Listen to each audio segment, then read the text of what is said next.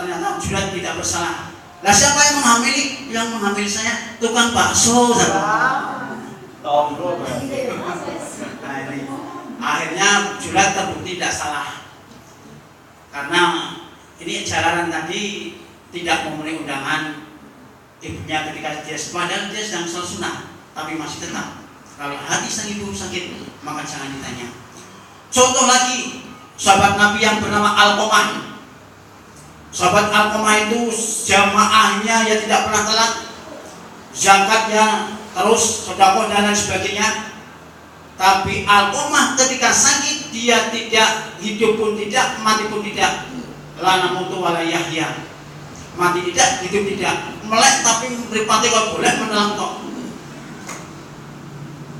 Disuruh mengucapkan kalimat thayyibah la ilaha illallah oleh para sahabat di sampingnya. Tidak bisa apapun Alqamah. Karena apa? Alqamah pernah mengatakan tidak sengaja. Ketika Alqamah membeli baju untuk istrinya, dan di situ dijajal sama ibunya, dipakai oleh ibunya. Alqamah mengatakan, ya ibu, itu tidak pantas buat ibu, tapi itu pantas buat istri saya. Ibu langsung menangis. Begitu sang ibu langsung menangis masuk ke rumah, berdoa kepada Allah Subhanahu Wa Taala, ya Rabbi, saya haramkan susu saya kepada Alqamah.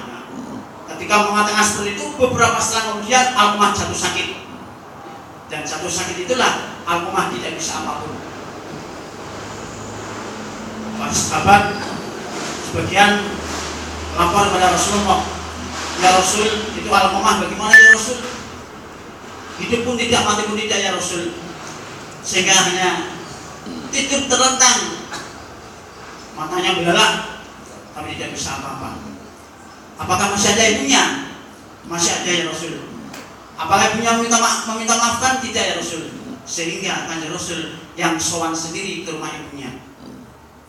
Ketika Kanjeng Rasul sowan ke rumah ibunya masih tetap pendiriannya, tidak mengakui Alqamah sebagai anaknya. Sebab tadi sakit hatinya. Padahal Alqamah tidak sengaja mengucapkan yang sekiranya ucapan itu dapat menyakitkan hati ibu. Ternyata hati ibu sakit sehingga seperti itulah kejadiannya. Lalu Rasulullah mengatakan pada sahabat, cari kayu bakar, kumpulkan semua, kita bakar Alqamah hidup-hidup. Rasulullah, ibunya menyaksikan.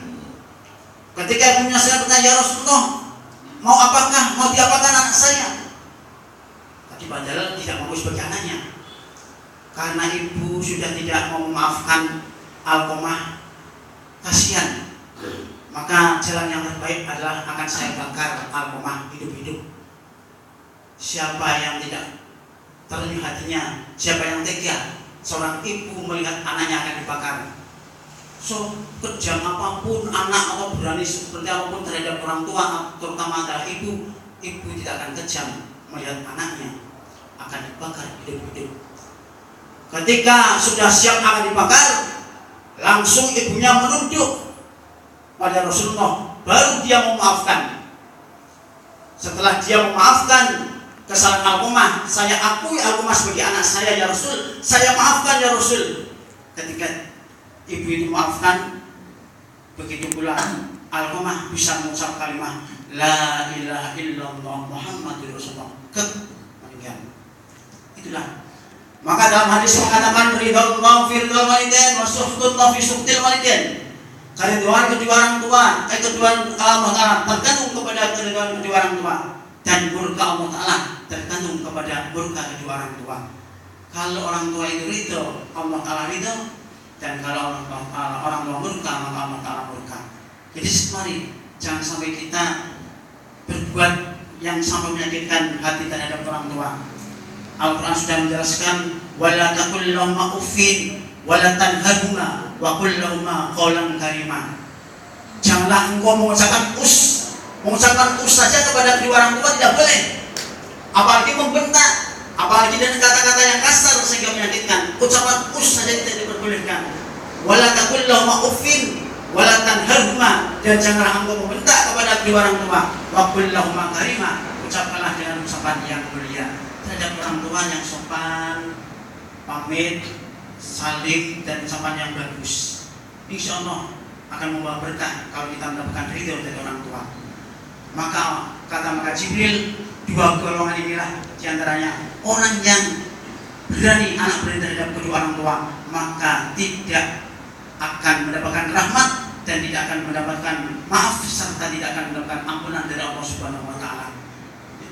Semoga kita dijauhkan, amin Allahumma amin ya rabbal alamin. Itu berhubung setengah 1 kurang 20 menit. Seluruh nak kamang ada menyusul. Ada waktu. Kalau ada modal